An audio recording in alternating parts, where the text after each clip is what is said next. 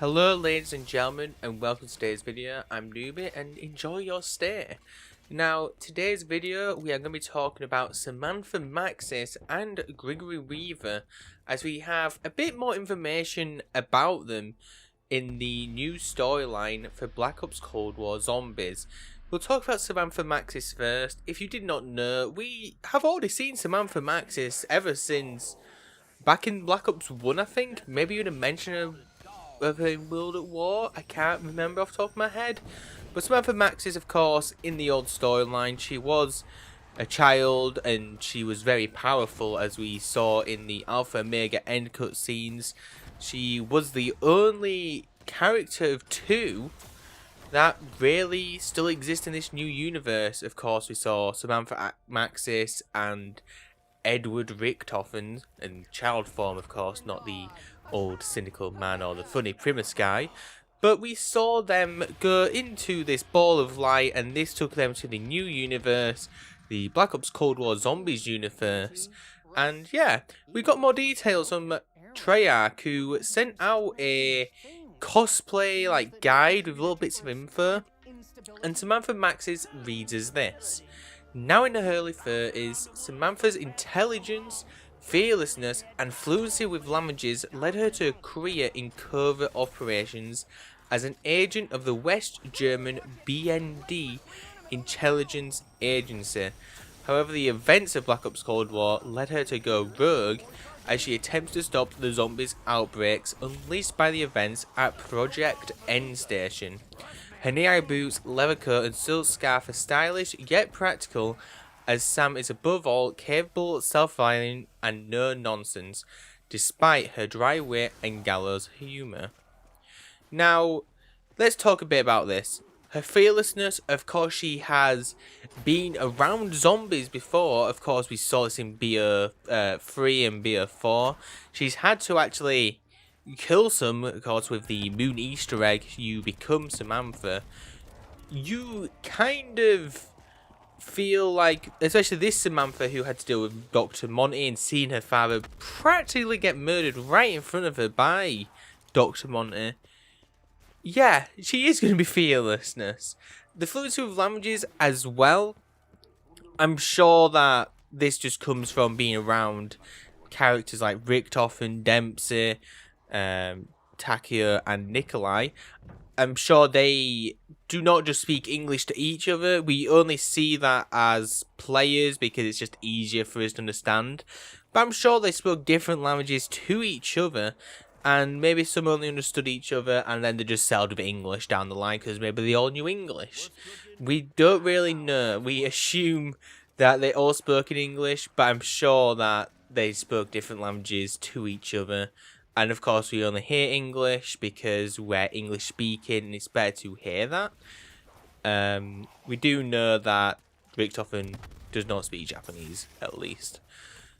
We know she works for the West German BND intelligence agency. No surprise, she's West German, she's very smart, she's intelligent, she's fearless because of the events of the BO3 and BO4 story. We're not surprised about that. And of course we just get information on what she looks like, which, yeah, I don't know what else to add to that. She's said to be self-reliant, which, yeah, you can understand that. She practically believes in herself. She's very confident in herself, and that's pretty much always been a thing about her. Now, let's talk about Gregory Weaver. Now, he is a veteran covert agent. Gregory Weaver returns to action as a special commander of Requiem, a CIA strike team tasked with combating zombie outbreaks around the globe. Through the Russian-American war uniform of a special force operator in the past, Weaver now wears a shirt and tie as he oversees field ops from his command center.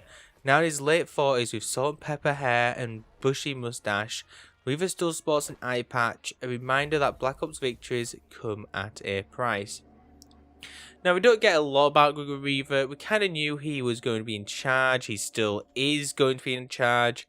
We understand that he's the leader of the CIA strike team, Requiem, who is the main characters of operators that will be going to these zombies maps and dealing with the zombies outbreaks in both the zombies mode and zombies onslaught. Now, the only thing we can really add to this is Gregory Weaver was a playable character, or a side character, sorry, not playable, in Black Ops 1. Now, there isn't a lot I know about him because I didn't play the Black Ops 1 campaign, not recently at least. I played it probably about once back in, whenever it came out, like 2010, ages ago. But I do remember that Reaver, between Black Ops 1 and Black Ops 2, which is where Black Ops Cold War is set, he ends up leaving the CIA with both Mason and Woods, because Mason was having these flashbacks with numbers that he became a hunted man for the CIA, and we only see them back in BO2 because they really needed them, and it was no longer seen as Mason as being a national threat of security.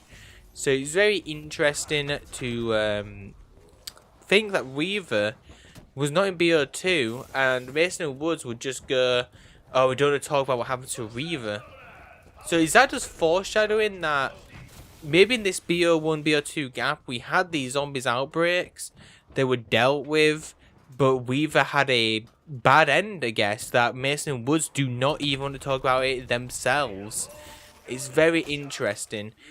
I don't think there's much more we can add to Weaver, or me personally can't add to Weaver, just because I can't remember Black Ops 1 that well, and I didn't want to just try and read up his Wikipedia page and then come up with a false narrative, essentially. But anyways, guys, I hope you enjoy this background information that Treyarch sent with their cosplayer pack. I have been Noobey, and I will see you all next time. Bye.